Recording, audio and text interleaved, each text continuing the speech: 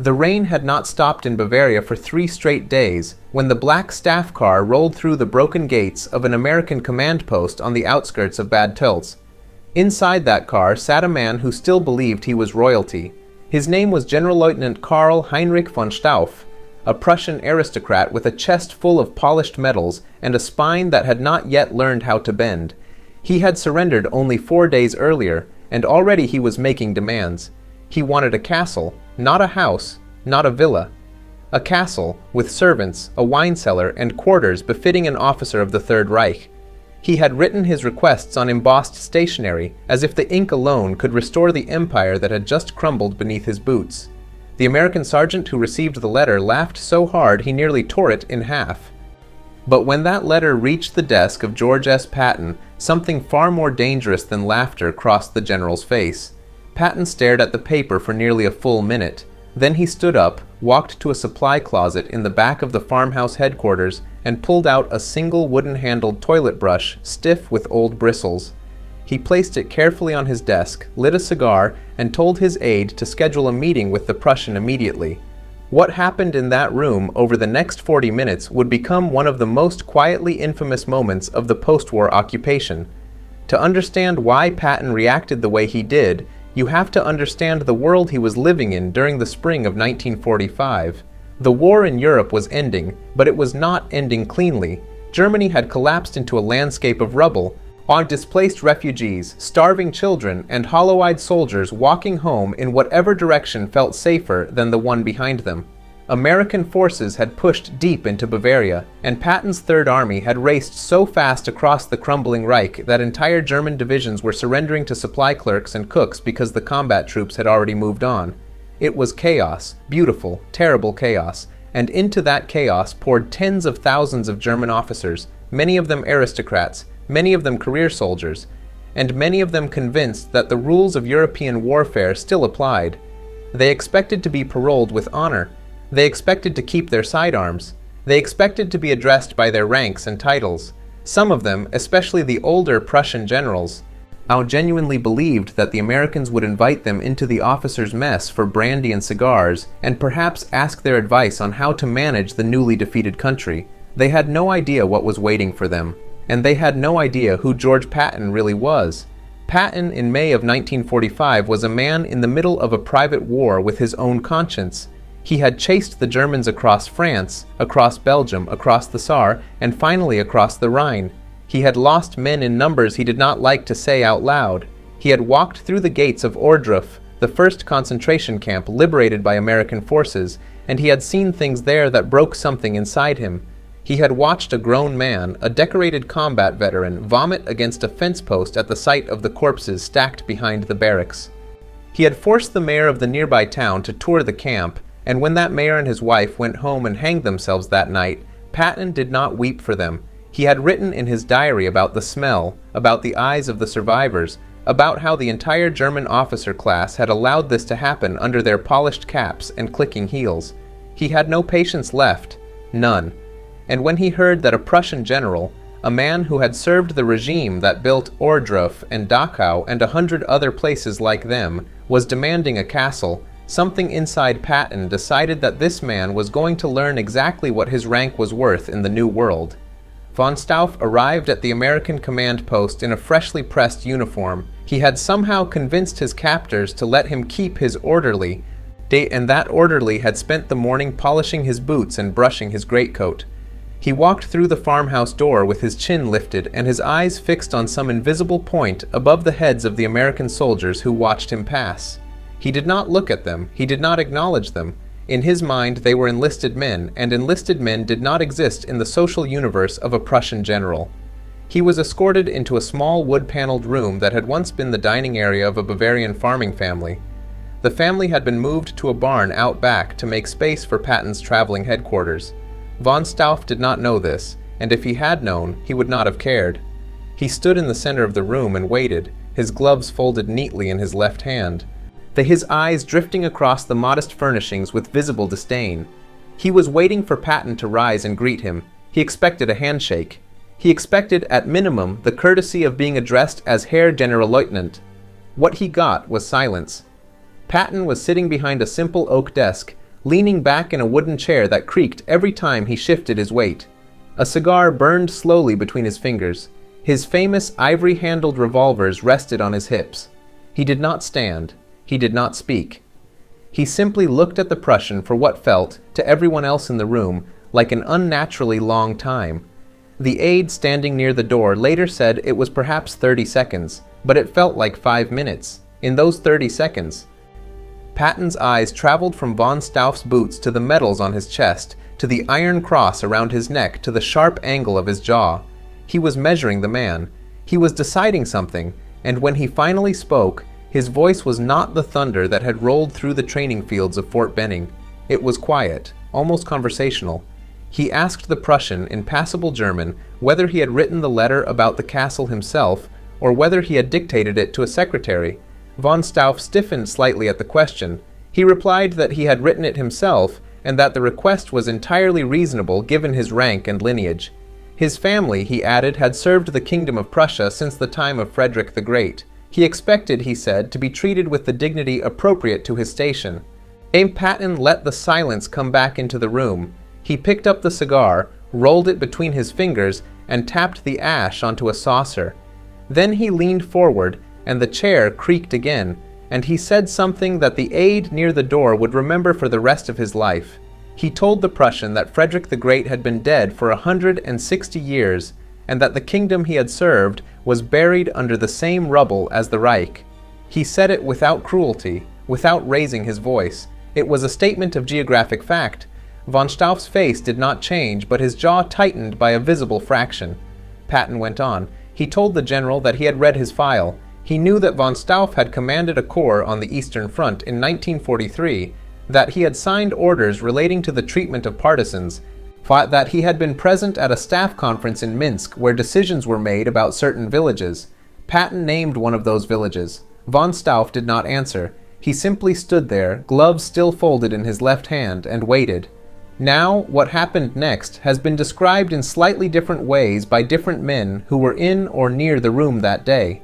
The aide who wrote it down in a letter to his wife 6 weeks later gave the most detailed account, and it is from his version that most of the story survives. According to the aide, Patton stood up slowly, walked around the desk, and picked up the toilet brush that had been resting on it the entire time. Von Stauff had glanced at the brush when he entered the room and had clearly assumed it was some strange American oversight, perhaps left there by a cleaning orderly. How he had not connected it to himself. Why would he? He was a Prussian general. He had just delivered a formal request for a castle. The idea that a wooden-handled toilet brush had any relevance to his immediate future had not entered his mind for a single second.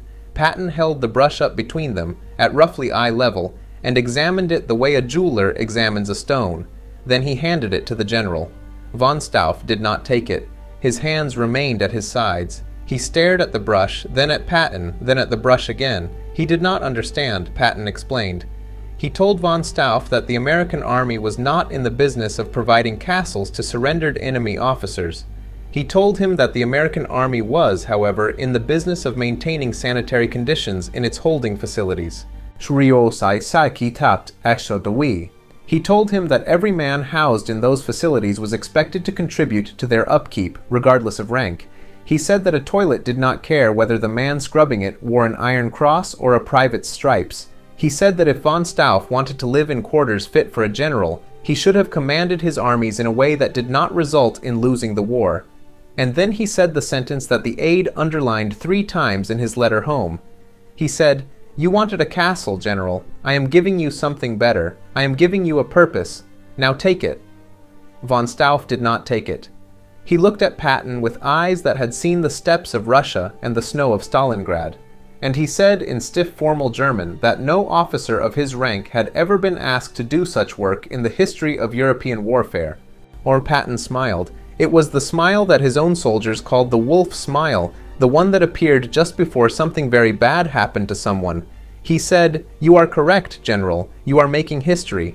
The aide wrote that the Prussian's face went through 3 separate colors in the span of about 10 seconds. First it went pale, which is what men do when they are shocked. Then it went red, which is what they do when they are furious. Then it went something closer to gray, which is what they do when they finally understand that the world they lived in has ended and the world they are living in now does not care about their feelings. Von Stauff still did not take the brush. Patton waited. 30 seconds passed. A minute. The cigar burned down another quarter-inch. Outside the farmhouse, somewhere in the distance, a truck engine coughed to life and settled into a rumble. Inside the room, nobody moved. Finally, Patton set the brush back down on the desk. He told von Stauff that he had two choices. The first choice was to accept the work detail and begin immediately, alongside the other German officers who had already been assigned similar duties. The second choice was to refuse, in which case he would be transferred to a stricter facility where the accommodations would be considerably less pleasant than the barracks he was currently housed in. Patton did not specify what less pleasant meant. He did not need to. Von Stauff had signed enough orders on the Eastern Front to know what less pleasant could mean, and the irony of that knowledge pressed down on his shoulders like a hand. He asked for a moment to consider. Patton granted it. He stepped outside the room, and the aide went with him. They stood in the hallway of the farmhouse for about 5 minutes. The aide remembered that Patton said almost nothing during those 5 minutes. He smoked his cigar. He looked out a small window at the gray Bavarian sky.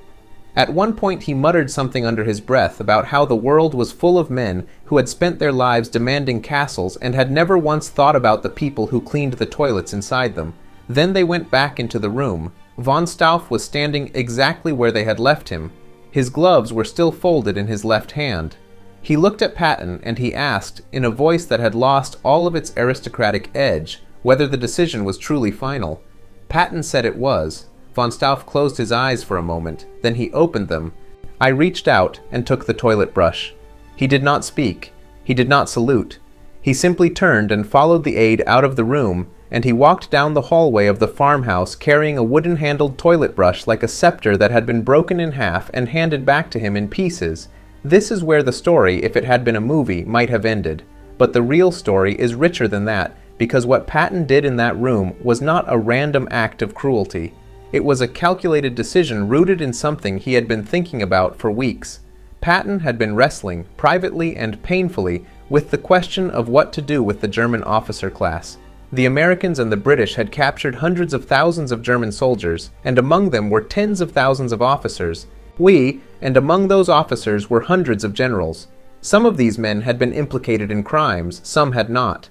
Some had signed orders that led directly to atrocities. Some had merely carried them out.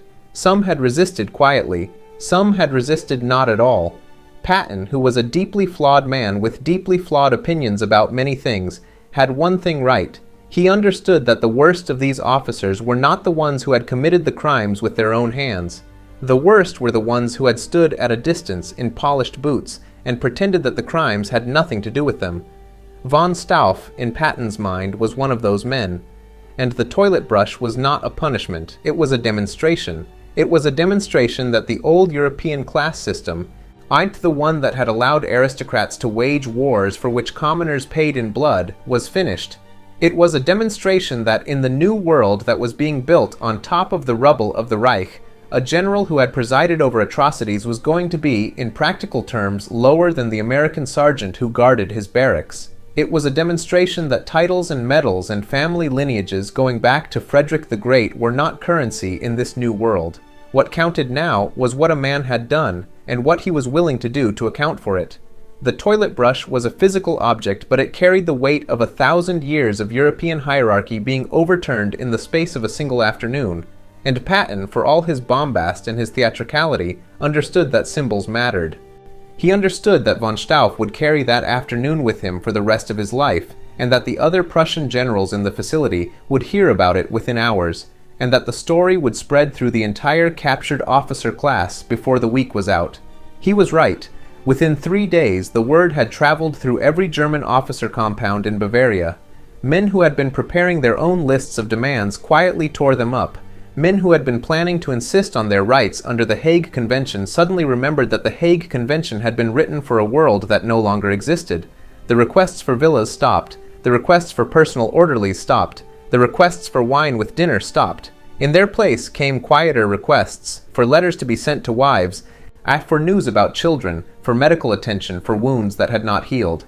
The tone of the captured officer class shifted in a matter of days, and while the toilet brush story was not the only reason for that shift, it was part of the reason.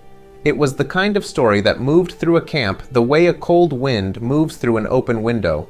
Nobody wrote it down officially, nobody put it in a report, but everybody heard it, and everybody understood what it meant. Von Stauff himself cleaned toilets for 11 days. He did it without complaint. He wore a plain work uniform. He ate the same rations as every other prisoner. He slept in the same barracks. On the 12th day, a transport arrived to move him to a different facility, one where he would eventually be interrogated about his activities on the Eastern Front. And the interrogators who worked with him later reported that he was a different man than the one described in their initial briefing documents. He had arrived at his first facility demanding a castle. He left it quiet, cooperative, and visibly diminished. Something in him had broken during those 11 days, and what had broken was not his body or his pride, but his belief in the permanence of his own world. He had discovered that the world could end. He had discovered that his rank could evaporate. He had discovered that a general, stripped of his uniform and his medals, was just a man with a brush in his hand and a job to do. That discovery stayed with him for the rest of his life, and when he was finally released from Allied custody years later, on he went home to a Germany that had changed so completely that he could not find his bearings in it. He died quietly in the late 1950s in a small apartment in Hamburg, not a castle in sight. But the story was not over. The story never is when Patton is involved. Because what happened in that farmhouse on that rainy afternoon in Bavaria was not just a confrontation between two men. It was a moment that revealed something important about Patton's entire approach to the post-war period, and it foreshadowed the troubles that would eventually engulf him in the final months of his life. Patton, you see, was not a simple man. He was not a cartoon warrior. He was a deeply educated student of history who had read the classics in their original languages and who had walked the battlefields of ancient Europe as a young officer and felt, in his bones, the continuity of war across the centuries. He knew that what the Americans did in Germany in 1945 would shape Europe for the next 100 years. He knew that every decision, every gesture, every toilet brush handed to a Prussian general was going to echo down through decades he would not live to see. And he made those decisions with that echo in mind. His approach, though, was not the approach that Washington wanted. Washington wanted something cleaner, something more systematic, something that could be explained in press conferences and written into policy documents. Patton's approach was personal, theatrical, and often crude. He believed in humiliation as a teaching tool when he thought the student deserved it. He believed in respect as a reward when he thought it was earned. He believed, above all, that the men who had led Germany into the war should be made to understand in their bones that they had lost. Not merely on paper, not merely in territory. They had lost in the deepest sense, the sense that goes all the way down to a man's understanding of himself in the universe. The toilet brush was part of that. So were the forced tours of the concentration camps for local German mayors. So were the speeches he gave to his own troops, reminding them that they were occupying a country that had committed crimes beyond imagination. So was his insistence that his men maintain discipline and not engage in the kind of revenge-taking that would have soiled their own uniforms in the eyes of history. But there was another side to Patton, a side that would cause him enormous trouble in the coming months. Patton, like many American officers of his generation, was a man of contradictions. He could order a Prussian general to clean toilets, and he could also, in the same month, argue that certain lower-level former Nazi administrators should be allowed to continue running their offices because the alternative was chaos. He saw no contradiction in this. In his mind, the aristocrats and the true believers were the real enemy, and the clerks and the functionaries were interchangeable tools that could be put to use by whoever was currently in charge. Washington did not see it that way. Washington saw a denazification policy that was supposed to be applied uniformly, and it saw a general in Bavaria who was applying it however he saw fit.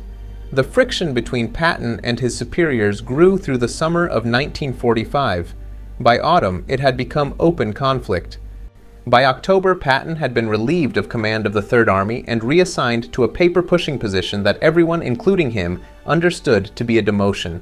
The toilet brush incident, small as it was, became part of a pattern. Patton's superiors looked at it and saw an officer who was making up his own rules as he went along. Patton looked at it and saw an officer who was doing what needed to be done. Both were right in their own ways. What the pattern revealed in the end was that Patton was a wartime general stranded in a peacetime world, and he did not know how to live in that world. He knew how to fight, he knew how to win, he knew how to stand in a farmhouse in Bavaria and hand a toilet brush to a man who deserved to be handed something worse. But he did not know how to sit in an office and draft policy memoranda. He did not know how to attend cocktail parties and smile at men he despised. He did not know how to hold his tongue when a reporter asked him a question that should have been answered with a careful diplomatic phrase and instead was answered with whatever thought had been rolling around in his head that morning. His career in the peace began to unravel almost as quickly as it had risen in the war. The men who served with him during that spring and summer of 1945 remembered the toilet brush incident for decades afterward. Some of them told the story at reunions. Some of them wrote about it in memoirs. Some of them mentioned it in interviews they gave in the 1970s and 1980s when they were old men and the war was a long time ago and the details of those last strange months in Bavaria were finally ready to be spoken aloud. But they did not always agree on every detail. One of them said the brush had been red, another said it was a plain wooden color. One of them said Patton had smiled, another said his face had been completely neutral. One of them said von Stauff had cried, another said he had simply swallowed hard and said nothing. These small disagreements are the natural result of memories fading over decades. But the core of the story, the fact that a Prussian general had demanded a castle and been given a toilet brush instead, remained consistent across every telling. It became one of those stories that circulate inside the American military as a kind of shorthand for a certain attitude toward authority and hierarchy. Young officers would hear it and laugh, and then they would think about it later. And they would understand that the laugh was covering something more serious. The story was about what you do with power when you have it, and the other side does not. It was about the moment when a victorious general decides whether to humiliate his defeated counterpart or merely to correct him. Patton had chosen a path between those two things, a path that most men could not have walked. He had humiliated von Stauff precisely enough to teach him a lesson and not a single inch further. He had not struck him, he had not cursed at him, he had not mocked him in front of his own men, he had handed him a tool and a job, and he had let the tool and the job do the teaching. There is a photograph that may or may not exist from those 11 days. Several veterans claimed in the decades afterward that one of the American soldiers at the facility had taken a picture of von Stauff at work, and that the picture had shown the former general in his plain work uniform bent over a utility sink, scrubbing with the same brush Patton had handed him.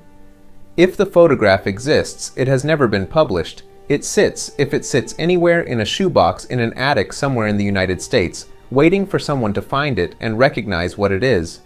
Historians who have looked into the story have searched for that photograph for years. They have interviewed the descendants of the veterans who mentioned it. They have combed through archives and estate sales and private collections. Nothing has turned up. Perhaps the photograph never existed. Perhaps it was taken and then destroyed. Perhaps it is still out there in a drawer, waiting. Now the uncertainty is part of what keeps the story alive. It hangs in that strange space between documented history and soldier's legend, and it grows a little more powerful each year that it remains unverified. What is documented, however, is the broader pattern of Patton's treatment of the captured German officer class during those months, and the toilet brush incident fits inside that pattern like a single frame of a larger film. He was determined from the moment the guns fell silent that the men who had led the Wehrmacht would not be allowed to walk away from the war with their dignity intact. He believed that dignity, for men like them, was a currency they had not earned, and that handing it to them freely would be a betrayal of every American soldier who had died crossing France and the Low Countries to reach them. He carried that belief with him into every meeting with a captured German general, and he carried it with him into the small wood-paneled room in the Bavarian farmhouse on the rainy afternoon when Karl Heinrich von Stauff arrived with his requests written on embossed stationery and his gloves folded neatly in his left hand. What makes the story linger, though, is not the humiliation. Humiliation is cheap. Any man with a uniform and a weapon can humiliate a prisoner. What makes the story linger is the fact that Patton, in that moment, reached for something smaller and more precise than humiliation. He reached for an object that belonged to a world of domestic labor, a world of unglamorous necessity, a world that aristocratic Prussian generals had spent their entire lives pretending did not exist. He pulled that world out of a supply closet and set it on his desk, and he made it the centerpiece of a conversation between two men who had, until that moment, lived in entirely different universes. He forced von Stauff to touch that world. He forced him to carry it out of the room. He forced him to do the work for 11 days that had always been done by invisible people, while men like von Stauff sat in officers' messes and discussed strategy. In forcing that, Patton was not merely punishing one man, he was forcing the entire class that man represented to acknowledge the existence of the world it had always pretended not to see. That, more than any castle confiscated or any medal stripped, was the real cost the Prussian aristocracy paid in the post-war period. Patton understood that. He delivered the bill personally. So Patton himself had only a few months left to live when this happened. He would die in December of 1945 from injuries sustained in a car accident on a road outside Mannheim. He would never see the Nuremberg trials reach their conclusions. He would never see Germany divided into zones and then into two separate countries. He would never see the Berlin airlift or the Marshall Plan or the slow reconstruction of the shattered continent. He would never see the old Prussian aristocracy dissolve into the post-war German middle class. Never see the grandsons of men like von Stauff become dentists and accountants and small business owners. Never see the final quiet end of a world that had produced generals who demanded castles as a matter of course. But in the last months of his life, he had glimpses of what was coming. He had understood, standing in that farmhouse with a toilet brush in his hand, that the world was turning over and that his job was to make sure it turned all the way. He had done his part. He had handed the brush to the Prussian, and the Prussian had taken it. And in that small exchange, an entire era had been laid to rest. The aide who wrote the letter to his wife that summer went on to live a long life. He came home, finished college on the GY Bill, became a school teacher in Pennsylvania, and raised 4 children. He kept the letter. It was found in a box in his attic after his death in 1994, and his children read it, and one of them, a history professor at a small college in the Midwest, recognized immediately what she was holding. She transcribed it. She showed it to colleagues. She published an article about it in an academic journal. The article was not widely read outside of a small circle of specialists, but it planted the story in the historical record, where it had always belonged. From there, it traveled. It was mentioned in a biography. It was referenced in a documentary. It appeared eventually in the kind of informal histories that are read aloud at family dinners and shared between veterans at bars. It became slowly the story it had always been meant to become, a story about a general who demanded a castle, and another general who understood exactly what that demand meant, and who reached into a supply closet and pulled out the one object in the entire American command post that could answer it. That is the story, as best as it can be told from the sources that remain. The rain in Bavaria stopped on the 4th day, and the farmhouse that served as the command post still stands, though it is privately owned now, and the current occupants do not know what happened in their dining room on that afternoon. The desk where Patton placed the toilet brush was sold at an estate sale in the 1960s and has since been lost. The brush itself, if it survived, was thrown away long ago by a cleaning orderly who had no idea what he was holding. And Karl Heinrich von Stauff, who once believed that his family's service to the Kingdom of Prussia entitled him to a castle in the defeated country he had helped to destroy, learned something in those 11 days that no lecture could have taught him. He learned that a general without an army is a man. He learned that a title without a country is a sound. He learned that the world belongs, in the end, not to the men who demand castles, but to the men who know when to hand someone a brush and a job, and who have the courage to watch them take it. Patton knew that. He had always known it. And in a small farmhouse in Bavaria, on a rainy afternoon in the last spring of his life, he made sure that one more man, at least, knew it too.